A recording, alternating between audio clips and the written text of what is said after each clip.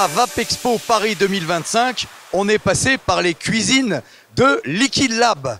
Liquid Lab que nous avons connu dans leur début belge, mais qui sont maintenant depuis 2 ans français.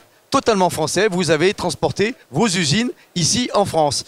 Bonjour Djibril, tu es le patron de Liquid Lab. Est-ce que je me trompe? Oui, bonjour Dominique. Oui, je me trompe. Non, pas du tout. Non.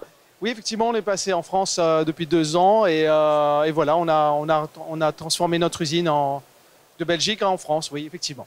Maintenant que vous êtes en France, vous faites dans le gourmand avec Péché Gourmand. Vous avez eu déjà 2 prix pour Péché Gourmand? On a eu 2 prix, oui, un pour le tarte pécan et un pour le poire caramel, ouais. Voilà. Et sur le salon aujourd'hui, vous sortez 4 nouveautés dans la gamme Péché Gourmand.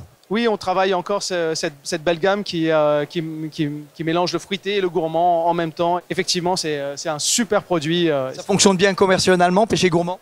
Oui, ça sort du lot. C'est vraiment un succès, ouais. Qu'est-ce qui fait le succès de Péché Gourmand? Qu'est-ce qui fait le lien dans tous les liquides de Péché Gourmand? Le lien, c'est d'une part, il y a un design qui est vraiment sympathique, donc ça accroche le client final, et aussi le fait que ce soit un mélange de fruité et de gourmand. Ça, c'est vraiment quelque chose que les gens apprécient beaucoup. D'accord. Alors, on va parler des 4 nouveautés. Alors, puisque j'ai le petit flyer sous les yeux, tarte abricot.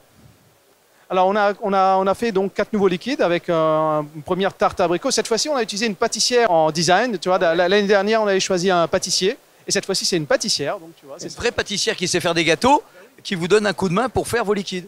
Oui, c'est ça, voilà, c'est ça. Donc on a fait une tarte à l'abricot avec une tarte avec de l'abricot cuite légèrement, lentement au four, un peu caramélisée sur la fin, avec le croquant du sablé. Ah, bah, on est bien. Alors, on a 3 autres, Brazo del Mango, donc de la mangue. Ah oui, c'est un gâteau à la mangue, c'est assez rare, mais alors ce fruit, cette pâtisserie existe vraiment. C'est vraiment une vraie pâtisserie, c'est une pâtisserie gitane. Est-ce que tu as recruté une gitane pour faire ça? Ou une pâtissière gitane pour te faire le... Non, mais on s'est inspiré en tout cas. C'est une pâtisserie avec de la viennoise et avec des coulis de mangue et un petit croquant avec un petit peu de noix de coco. Bon, bien. Alors, une troisième, on en a 4.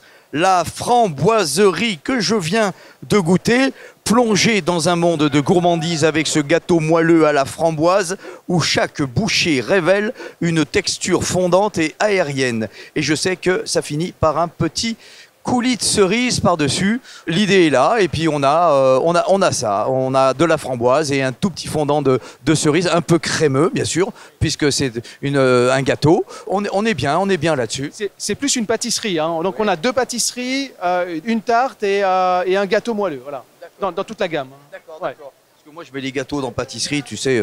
Et puis enfin, la banane noisée. Bon, de la banane et de la noisette, je me trompe? Ouais, de la banane et de la noisette avec un petit peu de croquant aux noix et un peu de miel, un coulis de miel. D'accord. Bon, et ben voilà, on était là sur le stand de Liquid Lab qui nous rend curieux avec tous ces péchés gourmands et qui embauche des pâtissières gitanes à tour de bras. Voilà, ça c'est dit. Allez, merci à tous, salut et n'oubliez pas de respirer.